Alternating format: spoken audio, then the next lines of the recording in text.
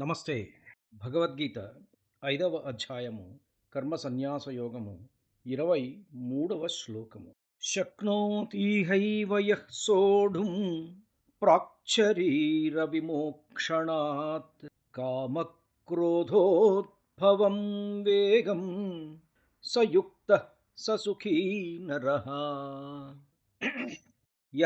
ఎవరైతే శరీర విమోక్షణాత్ ప్రాక్ ఈ శరీరాన్ని విడిచిపెట్టక ముందే అంటే మరణానికి ముందే కామ క్రోధ ఉద్భవం వేగం మన కామం వలన క్రోధము వలన పుట్టినటువంటి కోరికలు వాటి వేగాన్ని ఇహ ఐవ ఇక్కడనే ఈ లోకంలోనే సోఢుం శక్నోతి సహించగలుగుతారో అనగా అదుపు చేయగలుగుతారో సహ్ నరహ ఆ మనిషే యుక్త అంటే యోగి నిలకడగలవాడు సహ్ సుఖీ అతడే నిజమైన సుఖవంతుడు అతడే నిజమైన సుఖవంతుడు అని సుఖం గలవాడు ఎవడు అని అంటే this is the definition clear cut definition భగవానుడు ఇచ్చారు ఇక్కడ. సుఖము కలవాడు ఎవరంటే శక్నోతి హైవ యః సోఢుం ప్రక్షరీర విమోక్షణాత్ కామక్రోధోద్భవం వేగం సయుక్త ససుఖీ నరః. వాడు అట ఈ శరీరాన్ని వదలకముందే అంటే మరణించకముందే ఎవడైతే కామక్రోధాల వల్ల కలిగే ఉద్వేగాన్ని ఇక్కడే అదుపు చేయగలుగుతాడో అతడే యోగి. అతడే ఈ లోకంలో నిజమైన ఆనందాన్ని పొందగలుగుతాడు. ఎవరికి వారు మనం ప్రశ్న వేసుకోవాలి. కామం వల్ల క్రోధం వల్ల వచ్చేటువంటి వేగాన్ని మనం అదుపు చేయగలుగుతున్నామా? ప్రశ్న వేసుకుంటే చాలా వరకు రిజల్ట్ అని వస్తుంది. ఇక్కడ భగవానుడు కామక్రోధాల వేగం అంటే ఇంపల్స్ అట్లా సర్రన కోపం వస్తుంది. సర్రన కోపం వస్తే ఏదో ఒక వెధవ పని చేస్తాడు, నేరం చేస్తాడు. ఆ కోపం వచ్చినప్పుడు లేదా ఒక కామం కోరిక పుట్టినప్పుడు మనస్సులో ఒక బలమైన అలజడి లేక ఒత్తిడి మొదలవుతుంది. అది మనల్ని ఏదో ఒక పని చేసేలా ఉసిగొలుపుతుంది. ఏదో ఒక పని చేస్తాం ఆ స్పర్ ఆఫ్ మూమెంట్లో, ఆ ఇంపల్స్లో. అదేం చేస్తుంది? దానివల్ల మనకు నష్టాలు వస్తాయి. తర్వాత వచ్చేటువంటి ఎఫెక్ట్స్ అన్నీ మనం భరించాల్సి వస్తుంది. అదే కదా మన దుఃఖానికి కారణం. మన దుఃఖానికి మన నష్టానికి కారణం అదే కదా. మనం చనిపోయిన తర్వాత ఈ ఇంద్రియాలు ఉంటాయా? ఉండవు కదా. కాబట్టి అప్పుడు మనం ఏం నియంత్రిస్తాం? అసలు అప్పుడు మనమే లేనప్పుడు ఈ నియంత్రణకు అర్థమే లేదు. అంటే జీవించి ఉన్నప్పుడే, మనసు చురుగ్గా ఉన్నప్పుడే వీటిని మనం జయించాలి. బయట వస్తువులు, బయట వాటి కొనుక్కోవటము, బయట వాటిని సంపాదించుకోవటం, వాటి వల్ల కలిగే సుఖం తాత్కాలికం.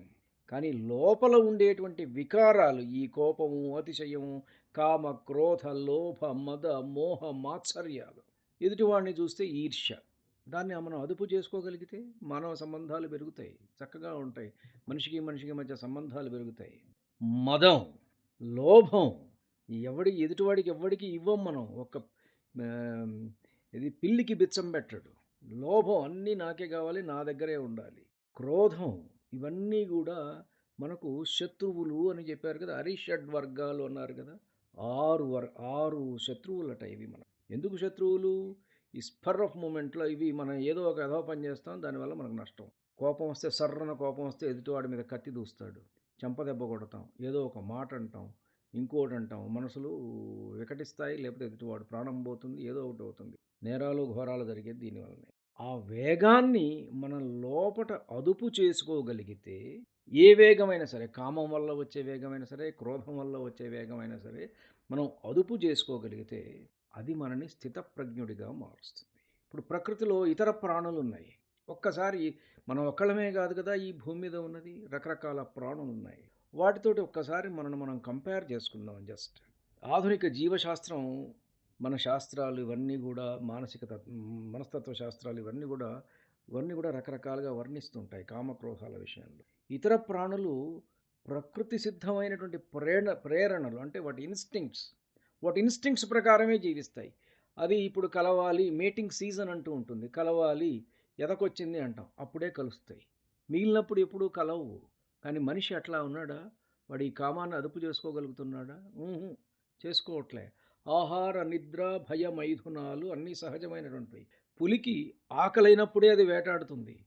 ఆకలి కానప్పుడు దాని పక్క నుంచి చాలా బాగా బలిసిన జింక వెళ్తున్నా అది పట్టించుకోదు. ఆకలి అయినప్పుడు మాత్రమే, నిద్ర వచ్చినప్పుడు మాత్రమే అది పడుకుంటుంది. ఇలాగా కానీ నా నా ఏదో ఒకటి తెచ్చుకుందాంలే, రేపటికి పనికొస్తుందిలే మనకు అని చెప్పి అది తెచ్చుకొని పెట్టుకోదు పులి. రేపటికి పనికొస్తుందిలే అని దాచుకోదు. ఎప్పుడు పడితే అప్పుడు కలవదు. అంటే రేపటికి పనికొస్తుంది, ఎందుకైనా మంచిదిలే. ఇట్లాంటి ఈ ఈ లోభాలు ఉండవు వాటికి.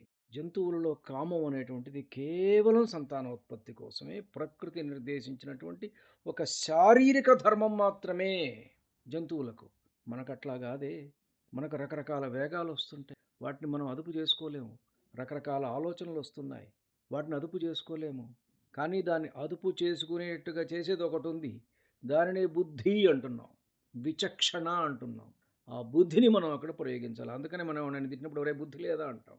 అంటే దాన్ని అదుపు చేసుకోగలిగే శక్తి లేదా నీకు అని. నిజానికి జంతువుల ప్రపంచంలో నియంత్రణ అనేది మనకేంటి ఈ బుద్ధి అనేటువంటిది ఏంటి? ఎథిక్స్, నైతికత. ఈ విధంగా ఉండాలి, ఈ విధంగా ఉండకూడదు. ప్రతిదానికి కూడా కొన్ని రూల్స్, సెట్ ఆఫ్ రూల్స్ ఉన్నాయి మనకు. మన సమాజంలో వెళ్ళినప్పుడు ఈ విధంగా ఉండాలి, బయటకు వెళ్ళినప్పుడు ఈ విధంగా ఉండకూడదు. డూస్ అండ్ డు నాట్స్ మనకు ఉన్నాయి. కానీ జంతువులకు ఉన్నాయా? ఆ ఎథిక్స్ ఉన్నాయా? లేవు. లేవు. వాటి అవసరం వలన లేదా భయం వలన వాటిని అవి నియంత్రించుకుంటాయి. ఉదాహరణకు ఏనుగులు, కోతులను తీసుకోండి. వీటి గుంపుల్లో అవి కొంతవరకు వాటి గుంపుల్లో, వాటి సమాజంలో అవి క్రమశిక్షణను పాటిస్తాయి. ఒక గుంపులో ఉన్నప్పుడు పెద్ద ఏనుగులు లేదా బలమైన కోతులు కోపగించుకుంటే చిన్నవి తమ కోపాన్ని అణుచుకుంటాయి. కానీ ఇది ఆధ్యాత్మిక నియంత్రణ మాత్రం కాదు. అది కేవలం వాటి సర్వైవల్ కోసం, అంటే మనుగడ కోసం మాత్రమే అవి చేసుకునే సర్దుబాటు. భగవద్గీత 2వ అధ్యాయంలో 58వ శ్లోకంలో మనకు తాబేలును ఒక గొప్ప ఉదాహరణగా చెప్పారు. ప్రమాదం ఎదురైనప్పుడు తాబేలు ఏం చేస్తుంది? తన అవయవాలని లోపలికి ముడుచుకుంటుంది. అలాగే యోగి కూడా ఈ అవయవాల వల్ల, ఇంద్రియాల వల్ల, వీటి విషయాల ఆసక్తి వల్ల తనకు వచ్చే ప్రమాదాలు ఉన్నాయని గ్రహించినప్పుడు యోగి కూడా తన ఇంద్రియ విషయాల నుంచి తన మనస్సును అట్లాగే నియంత్రించుకుంటాడు. అలాంటి వాడే యోగి. తాబేలు చేసేది ప్రాణరక్షణ కోసం అయితే మనిషి చేసేది ఆత్మశాంతి కోసం. కొన్ని సందర్భాల్లో పాము కూడా అనవసరంగా తన విషయాన్ని ఖర్చు చేయదు, నిగ్రహించుకుంటుంది. ఇవన్నీ కూడా సర్వైవల్ కోసం చేసేటువంటి. అంటే ఏంటి? ఇవి నియంత్రించడం వేరు, అణచివేయడం వేరు. జంతువుల్లో వాటికి బుద్ధి కంటే మైండ్ ఇన్స్టింక్ట్ బలంగా ఉంటుంది. బుద్ధి ఉండదు వాటికి ఇంటలెక్ట్ కంటే కూడా. కాబట్టి అవి ప్రకృతికి లోబడి ఉంటాయి. వాటికి పాపము పుణ్యము లేవు. ఎందుకంటే వాటికి ఛాయిస్ ఏం లేదు, ఎంపిక అనేటువంటిది లేదు. There is no selection. కానీ మనిషికి మాత్రం ఎంపిక ఉంది. కోపం వచ్చినప్పుడు అరవాలా లేక మౌనంగా ఉండాలా? అరవాలా లేక మౌనంగా ఉండాలా? రెండిట్లో ఏదో ఒకటి ఎంపిక చేసుకునేటువంటి ఛాయిస్ ఉంది మనిషికి. ఇట్లా ఆలోచించే శక్తి మనిషికి మాత్రమే ఉన్నది.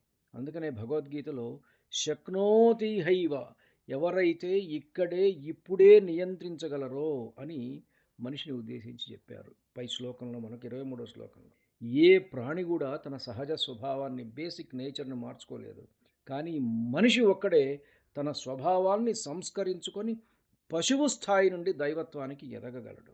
అందుకే కామక్రోధాలను జయించడం అనేది కేవలం మనిషికి మాత్రమే సాధ్యమయ్యే ఒక గొప్ప సాహసం. ఒక గొప్ప సాహసం అన్నమాట. ధన్యుణ్ణి. నమస్కారం. మీ ఊటుకూరు జానకి రామారావు.